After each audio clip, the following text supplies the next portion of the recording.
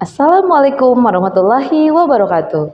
Saya Kurnia Asih, Guru Pendidikan Pancasila di SMK Negeri 11 Kabupaten Bekasi. Pada kesempatan kali ini, saya ingin membagikan praktik baik pembelajaran diferensiasi yang telah saya lakukan. Selamat menyaksikan. Pembelajaran diferensiasi yang saya lakukan kali ini yaitu dengan menggabungkan teknik literasi digital untuk membentuk karakter peserta didik menjadi warga negara yang cerdas dan baik. Apa kabar? Baik, Bu. Alhamdulillah. Adapun situasi yang mendorong saya untuk melakukan praktik baik ini yaitu penggunaan handphone atau smartphone pada siswa cenderung disalahgunakan dan membuat fokus belajar mereka menurun. Di satu sisi, guru kesulitan merancang aktivitas yang mendukung penggunaan handphone atau smartphone pada siswa, karena keberagaman minat dan karakter siswa juga menjadi tantangan untuk guru membuat aktivitas atau media yang diminati siswa. Dengan situasi tersebut, maka perlunya guru merancang pembelajaran diferensiasi dan memilih aktivitas pembelajaran yang mendukung penggunaan handphone atau smartphone. Pembelajaran diferensiasi adalah pembelajaran yang dapat mengakomodasi kebutuhan belajar peserta didik yang beragam. Dan pada praktik kali ini, saya memilih teknik belajar literasi digital. Literasi digital adalah kemampuan untuk menggunakan teknologi digital secara bijak dan tepat. Dengan pembelajaran diferensiasi ini, juga dengan teknik literasi digital, peserta didik diharapkan mampu menganalisis kasus pelanggaran hak dan pengingkaran kewajiban warga negara dengan baik, juga dapat memberikan solusi. Tantangan yang saya hadapi dalam praktik baik kali ini yaitu 1.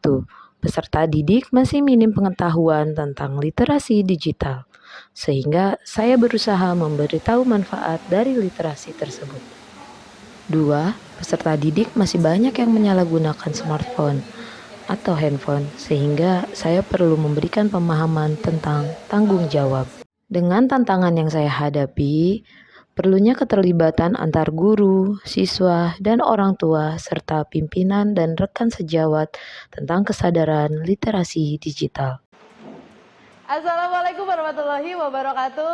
Waalaikumsalam warahmatullahi wabarakatuh. Pada pelaksanaannya, pembelajaran diferensiasi dipersiapkan sebelum pembelajaran baru dimulai, yaitu dengan melakukan asesmen awal. Asesmen awal dilakukan untuk memetakan kesiapan belajar murid, minat belajar murid, dan profil belajar murid. Pada tujuan pembelajaran kali ini, asesmen awal dilakukan untuk mengukur kesiapan belajar peserta didik dalam menguasai materi yang akan diajarkan. Saya melakukan asesmen awal tentang materi yang akan diajarkan menggunakan Google Form. Selain asesmen awal menggunakan Google Form, hal yang saya lakukan yaitu berinteraksi lebih banyak dengan peserta didik di dalam kelas maupun di luar kelas. Hasil asesmen awal ditemukan minat peserta didik dalam menganalisis sebuah kasus. Untuk mengetahui minat dan profil belajar peserta didik, saya juga melakukan pendataan melalui Google Form. Setelah asesmen awal dilakukan, saya merancang pembelajaran sesuai dengan strategi pembelajaran diferensiasi, yaitu diferensiasi konten, diferensiasi proses, dan diferensiasi produk. Diferensiasi konten adalah strategi pembelajaran yang memberikan materi yang berbeda kepada siswa berdasarkan kesiapan belajar, minat, atau profil belajarnya. Diferensiasi konten yang telah saya siapkan yaitu 1. Peserta didik dapat melihat penayangan presentasi materi lewat media Canva. 2. Peserta didik dapat melihat penayangan video salah satu contoh kasus pelanggaran hak dan pengingkaran kewajiban warga negara. 3. Peserta didik juga dapat mengakses contoh beritanya melalui link berbentuk scan barcode yang disiapkan oleh guru. Pada pelaksanaannya, diferensiasi konten yang telah saya siapkan disampaikan secara bertahap, tidak dikelompokkan dengan sesama profil belajarnya. Meningkatkan rasa empati kalian. Strategi pembelajaran diferensiasi yang kedua adalah diferensiasi proses. Diferensiasi proses adalah pendekatan pembelajaran yang bertujuan memenuhi kebutuhan belajar siswa yang berbeda-beda. Strategi pembelajaran diferensiasi proses yang telah saya siapkan yaitu 1. Peserta didik dapat menganalisis kasus pelanggaran hak dan pengingkaran kewajiban warga negara bersama kelompok yang sudah ditentukan guru berdasarkan asesmen awal, yaitu menggabungkan peserta didik yang menguasai materi dengan peserta didik yang cukup dan kurang menguasai materi. Tujuannya agar mereka dapat saling mengisi kemampuan satu sama lain. 2. Peserta didik mendapatkan kasus sesuai dengan minatnya berdasarkan asesmen awal. 3. Peserta didik boleh memanfaatkan handphonenya untuk mencari tahu dan menjawab pertanyaan yang telah disiapkan oleh guru sebagai acuan analisis mereka. Adapun syarat yang harus disepakati bersama yaitu menggunakan handphone atau smartphone dengan bijak, seperti 1.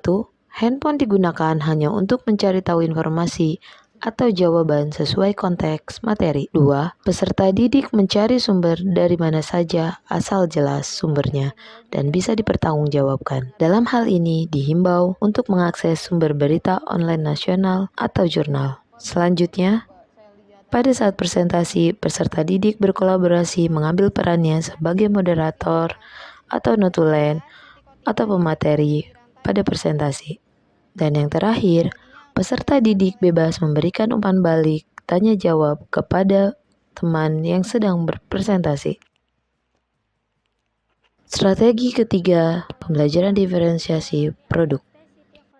Pembelajaran diferensiasi produk adalah strategi pembelajaran yang memberikan tantangan dan variasi kepada siswa untuk menunjukkan pemahamannya dan hasil kerjanya. Produk yang dihasilkan harus mencerminkan pemahaman siswa dan sesuai dengan tujuan pembelajaran. Strategi pembelajaran diferensiasi produk yang telah saya siapkan adalah peserta didik bebas menyajikan hasil analisisnya melalui media editor yang mereka pahami dan mampu. Lalu bebas mengkreasikannya menjadi bahan presentasi yang menarik dilihat orang lain. Pihak yang terlibat pada aksi tersebut yaitu peserta didik, orang tua, kepala sekolah, serta jajaran manajemen sekolah. Dampak dari aksi yang dilakukan adalah 1. Peserta didik dapat mengetahui literasi digital yang baik. 2.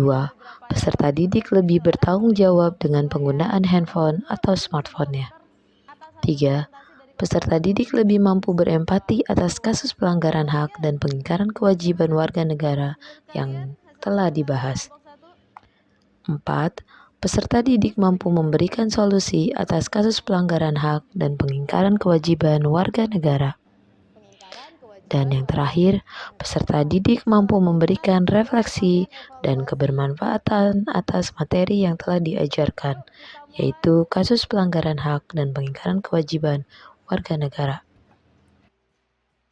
Hasil dari praktik baik ini sangat efektif. Peserta didik terlihat menikmati dalam membahas kasus tersebut dan dapat menjelaskannya kepada peserta didik lainnya. Faktor keberhasilan dalam pelaksanaan strategi praktik baik ini adalah 1. Ada dukungan dari pimpinan sekolah dan dukungan orang tua. 2. Semua peserta didik memiliki handphone dan kuota internet yang cukup. 3. Dukungan sinyal internet yang baik. 4.